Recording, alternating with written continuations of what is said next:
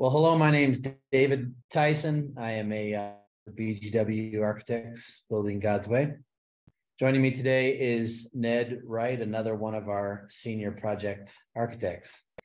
Ned has been involved in helping hundreds of churches and schools take their project from a vision on a piece of paper into a building custom fit for ministries that God has for them. If you're not familiar with that process, please stop here, take a minute and just run through the things that BGW's website, bgwservices.com, has to offer. Any questions, please convey those to us in some way via email or give us a call. This experience that I mentioned earlier has really given Ned a great perspective, and one that I think is valuable as we kind of jump into the topic for today, especially when it comes to navigating local municipalities, designing buildings that fulfill the ministry vision, but also are designed to adhere to those local and national building codes. And so today's webinar is another installment, as you might have seen, in a series that we've called Things They Don't Teach You in Seminary. Seminaries don't offer many courses like this, as many of you probably are aware, on facilities management or design and construction. So it can be difficult for many of you out there, church leaders, to navigate this path alone. Our goal with this webinar is to address some of the most frequently asked questions and concerns that we're hearing as we meet with churches across the country. And so the title of today's webinar specifically is a part one. We're going to do a two-part series on this because there's enough stuff we think it's important for you all to know. And the title of this is called Building Codes You Should Be Aware Of. The application specifically here is for pastors and leaders with existing buildings in need of updating, or for ministries looking to buy an existing building and maybe need some updates. This is not as important, although still valuable, I think, for a ministry looking to buy new land and build, because you have an architect serving a lot of times the advisory role on your team that you've hired that knows those building codes. Ned, thanks so much for joining us today. The topic of building code is a rather wide-ranging topic, as you and I are aware of.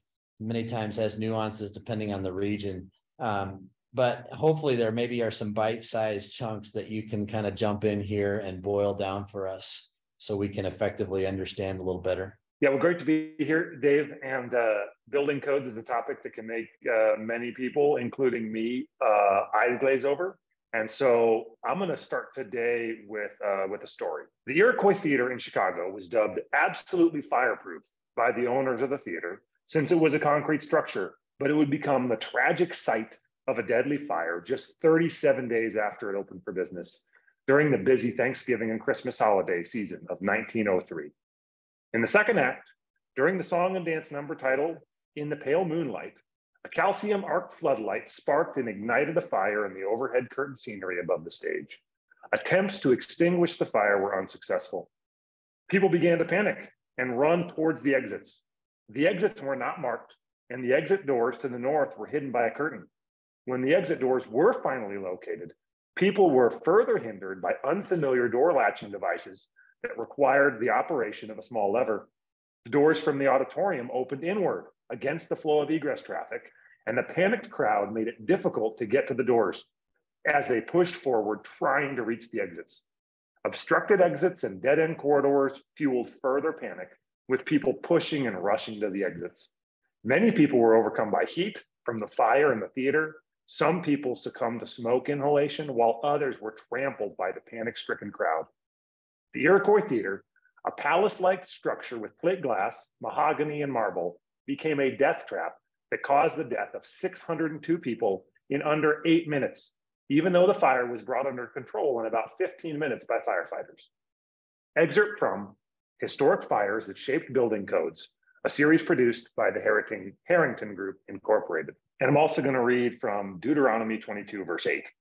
When you build a new house, you shall make a parapet for your roof, that you may not bring the guilt of blood upon your house, if anyone should fall from it. All right, so building codes. What are they? Why do we have them? We see, number one, that they're biblical. We look in the law of Moses, and while that may seem kind of antiquated, okay, build a parapet on your roof. Most of us don't live in places where we have flat roofs. But for them, when Moses wrote that, flat roofs were occupiable spaces. And really one of the first building codes that we see is here from Deuteronomy, where they say, put a parapet on your roof so that nobody's going to fall from it. And if somebody does fall from it, well, now you've got some blood guilt on your hands because somebody died from your roof that you could have just put a parapet on and helped influence that. I'm one of the people who maybe complains the most about building codes, especially when it comes to some of the newer energy codes that are very, very difficult to even accomplish. But the reason for building codes, number one, they are biblical. It is reasonable to have building codes. And number two, we see throughout the years, especially as modern buildings have gotten much, much larger, the dangers from buildings have gotten a lot greater. Rather than just a building falling on somebody or falling off of a building, the risk of fire has become one of the major issues with buildings, as we saw from that story from the Iroquois Theater fire in 1903. And it's not the one, that's not the only one. If you want to look this up online, look it up in the library, you'll see a number of fires over the last 120 years that really have affected the building code. And so a number of the things from our building codes, from exits egressing towards the outside and things like that, have come from fires like this one and others. So in general, building codes have been adopted really over the last 100 years or so. And for a while, there were various different building codes, and each area kind of had their own. Around the year 2000, pretty much all major US jurisdictions moved to the IBC, the International Building Codes, and some areas use it with amendments, but pretty much they're all under that building code. So when we talk about building code, most of the time we're referring to the IBC. And these building codes are going to cover many life safety items, including the materials you're building with. Are you building it out of wood? Are you building it out of concrete? You're allowed different areas if you do. They cover things like fire sprinklering. They cover a number of exits, and they cover your distance to get to those exits. And as Dave mentioned earlier, a lot of the building code things are going to come into play when you build a new building. But when you build a new building, you're going to have an architect on your team that's going to help guide you through those things, so you don't need to be as familiar with them. There's a few things related to building codes that often come up as questions. And the first one that I get as a question most often is ADA, the American with Disabilities Act. How does that work? How does it affect us? Does it apply? Do we have to do these things? So if you're unfamiliar, the Americans with Disabilities Act became a law in 1990. And basically what it allows is the Department of Justice to sue for infractions against this. And so basically it's saying, hey, if you're building a new building, especially public buildings or buildings that are open to the public, they have to be accessible to people in wheelchairs or someone who is blind and coming in with a cane. They have to be accessible. And then there's regulations that go along with it that says, hey, here's how they have to be accessible. But from the very beginning, there were exemptions for churches and private religious schools. And so for a while, from 1990 on, churches, religious schools said, hey, we don't really need to look at this because we don't fall under these. However, when the IBC came out in the year 2000, they adopted all of those ADA requirements into their code, which means that the local building official can require that these requirements be followed, especially when you're doing a new building or a remodel. But you're not going to get sued for not following the ADA. Again, if you're just using your building primarily as a church or a religious school, when you start using it for other things, event center, those sorts of things, then you kind of open yourself up to needing to follow a little bit more. But in general, churches and schools are exempt from it. When it comes to the code, there are some states that even within the building code still allow exemptions for churches and schools. Texas primarily, and there's some others. And then the exemption for schools, there's been some discussion recently with all the voucher programs going on as to whether or not the federal government should be removing that exemption. As far as I know, that's not been removed yet, but that has been something that has been discussed and been in the news. Another item that comes in when we start talking about building codes is planning and zoning. So these really aren't building codes. And we would call this entitlements or the entitlements phase when we're talking about planning and zoning. But often these will have a bigger impact on your church than the building code will, especially if you're building on a new site or you're rehabbing an old building that wasn't a church. Oh, we're going to take this old warehouse building, we're going to turn it into a church. Well, that planning and zoning is going to have a big impact on you.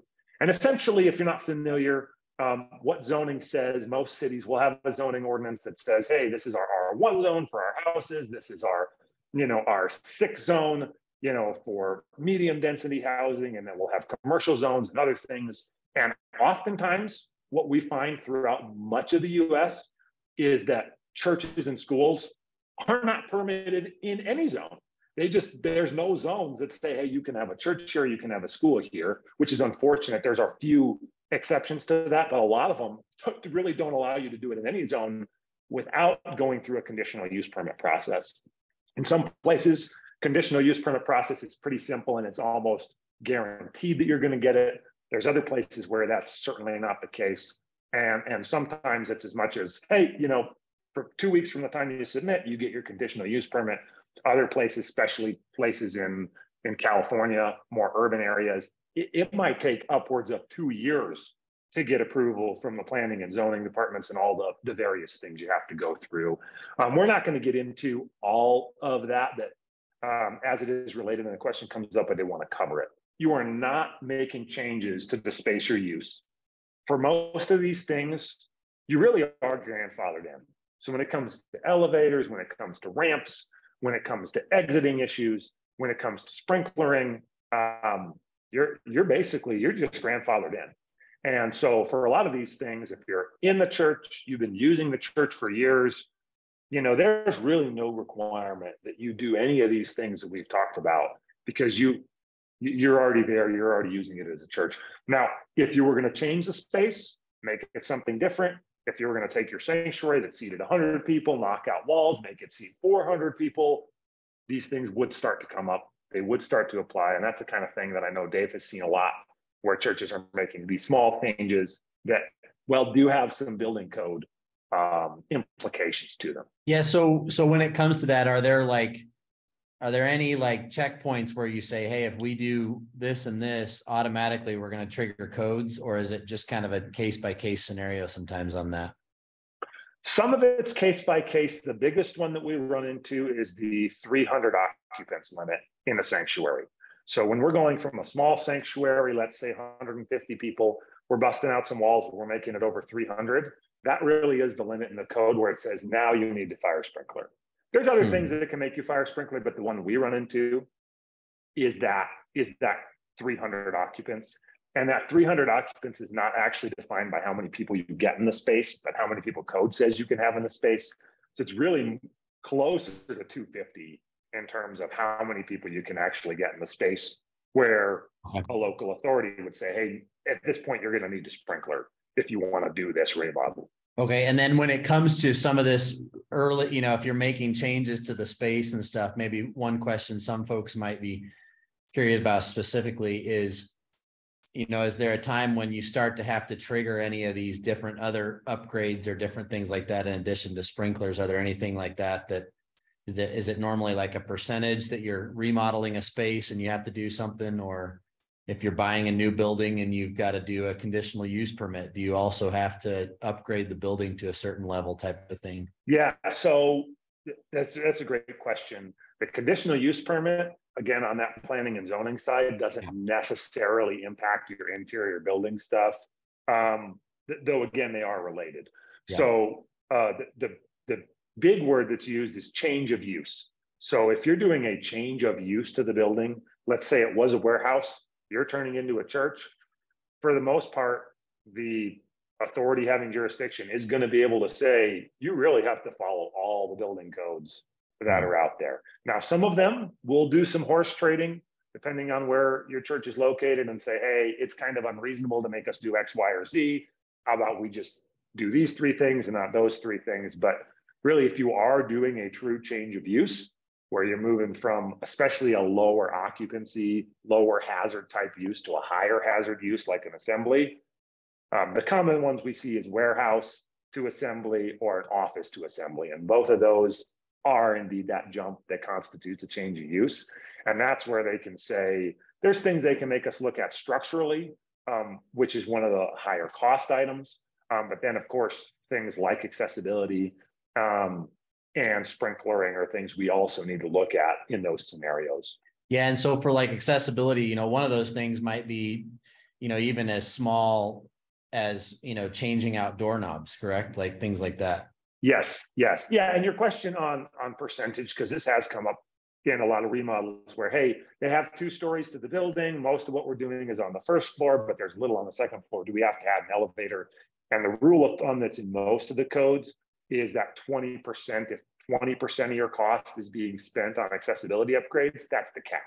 And so if we can show with new doors, with a ramp, with other things, hey, we're really at that 20% level, then lots of times we can get away without doing those things, such as adding the elevator. Again, very project dependent, but that 20% is the threshold in most jurisdictions. Yeah. And so, one of the things that we think about too, when we're thinking about buying an existing building for churches or ministries doing that, obviously we would encourage you to find either an architect locally or call BGW. We're happy to help you kind of work through some of these things. Sometimes when it comes to making the right choices, we have a national network of contractors that would just love to come out and kind of be a resource to anyone that has questions as you're starting to do that. But one kind of final thing maybe I would pass to you, Ned, is on this topic specifically is, is there a way if a church is looking at an existing building, do municipalities offer the opportunity for someone to go in and say, hey, what do I have to upgrade here? Or is that normally done in a different scenario? Yeah, so I don't think anybody from the municipality will go look at it, but there are times where you can set up what's called a pre-application meeting, and a number of cities will allow that where you can go in and talk to them. But if you are going to have that, I mean, it is a good idea to get some of your ducks in a row.